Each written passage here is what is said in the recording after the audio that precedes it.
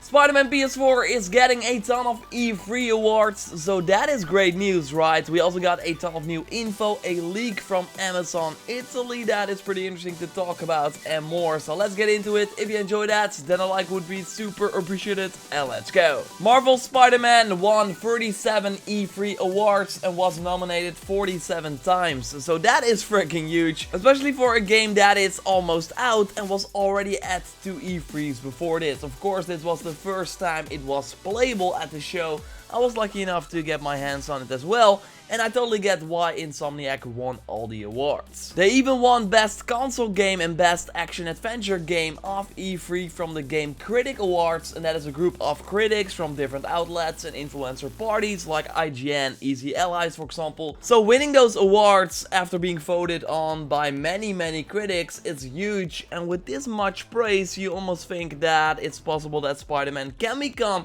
one of the Game of the Year contenders, alongside God of War and probably Red Dead Redemption 2 as well. And that's of course looking at the broader sense as well, what I think the overall Game of the Year contenders at the many outlets will be. And I would totally not be surprised if this was the case. Based on what we have seen so far, what I've played, it felt really good to control, but also based on what the team that is now making this Spider-Man game has made previously. Sunset Overdrive, an Xbox One exclusive from 2014 that is still one of my favorite games of the generation. More on that a little later. Going back to Spider-Man first, we know there will be levels you can earn like via XP points, with new skill points that will be unlocked, and also suits will open up every 5 levels that you can then craft with tokens you get from these special activities in the world.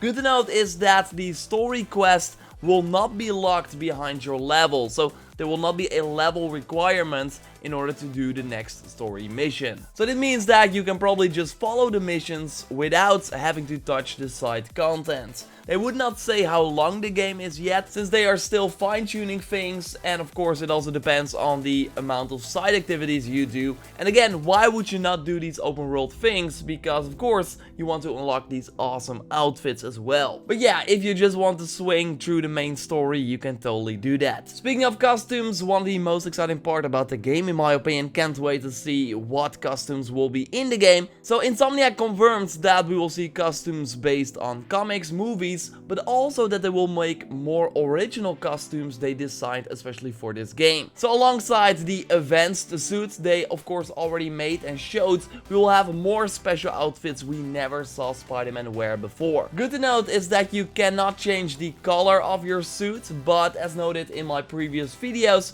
you can change the special suit ability, so every suit has a special ability, and also these suit mods that will enhance the power of the suit. So if you for example like a suit a lot but not that suit ability, you can just switch that suit ability for another suit ability from another suit. We only know a handful of suits, but there will be a ton in the game. If you pre-order the game, you get the Punk, Iron Spider and another suit that will be announced pretty soon at San Diego Comic-Con on Thursday, July 19th, as I noted in a previous video as well.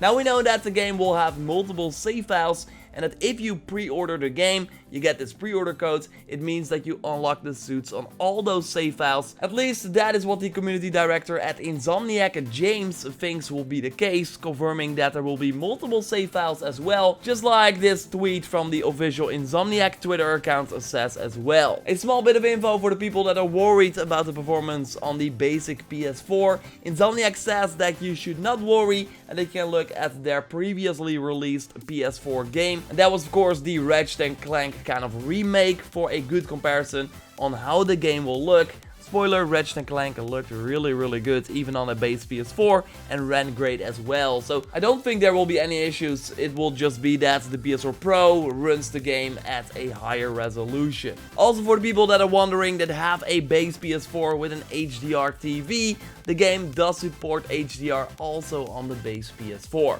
What, or better, who we will likely not see in the game is Venom, as the art director on Twitter confirms that the character is too big to fit into Spider-Man PS4. So yeah, it's kind of sad that it seems like Venom will not be in the game, but of course Insomniac Games got to pick and choose, and they already got a ton of villains in the game, and some of them are not even revealed. And they also got these DLC packs coming after launch, 3 of them that all include a separate villain as well. It is also confirmed that there will be no symbiotes whatsoever in the game, just like other Marvel characters, as Insomniac wants to focus on the Spider-Man universe for this game. So maybe the next game, I mean, let's be honest here, this game will sell extremely well. They were the most watched PS4 exclusive at E3 with 13 million views on YouTube in just 6 days. We already talked about the enormous amount of awards and a lot of praise that the game will get, so it will likely be a great game, probably fantastic.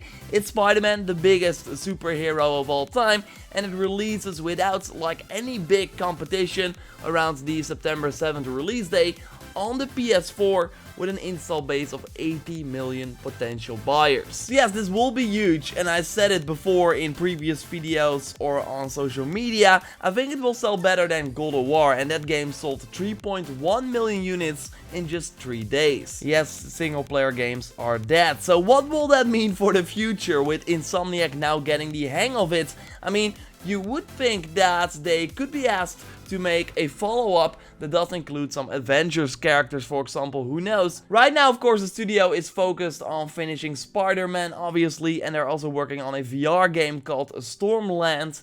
So they also have these DLC packs coming after launch with a sort of small season pass included in the deluxe and collector's edition of the game that will also be available separately, by the way, around launch. So the question is then, will they stay with Marvel Spider-Man or actually go back to, for example, their own IP, Sunset Overdrive, and make a sequel to that? So on Amazon Italy, out of nowhere, Splinter Cell showed up.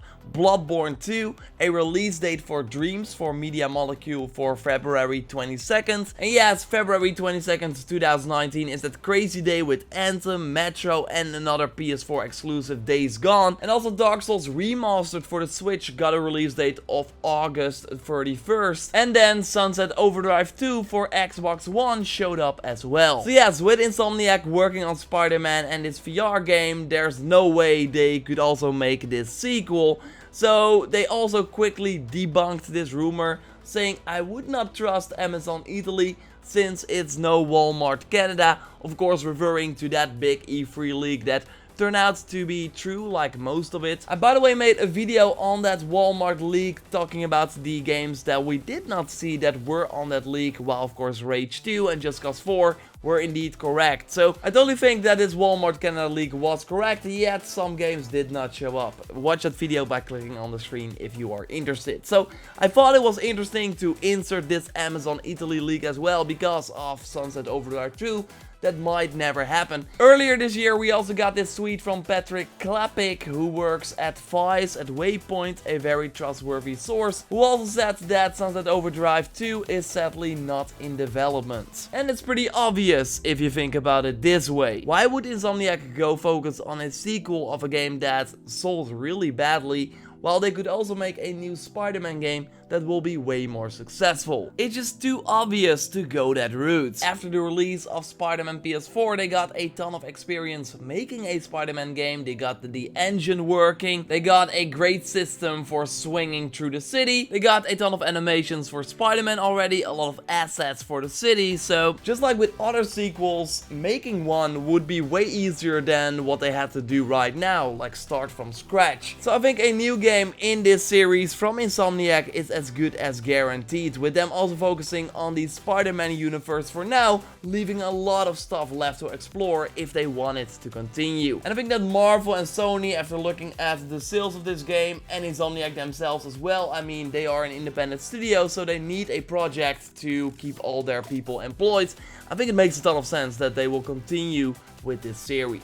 Sad for people that want a Sunset Overdrive 2, of course, but on the other hand, I also see this Spider-Man game as a little like spiritual successor to Sunset Overdrive, because all the things they learned from that open world game are now going into Spider-Man PS4 as well. I know it's weird and maybe a little bit too soon to already talk about the future while we don't have the game yet, but I thought it was interesting to insert this here because of that Amazon Italy leak. That is likely fake, sadly. I want to hear your thoughts as well, of course. Do you think that it's the start of an Insomniac Spider-Man franchise? And what do you think of the news we discussed? No Venom? Of course, subscribe for everything Spider-Man PS4 as we near the release and beyond. I will be all over the game game, keeping you up to date on everything that you need to know. And of course, when it's out, I will do a ton of tips and tricks and guides, as you come to expect from me. Drop a like to support the channel, check out my recent video on the San Diego Comic Con announcement, some endgame info and way more. I'll speak to you next time. Thanks a lot for watching and goodbye.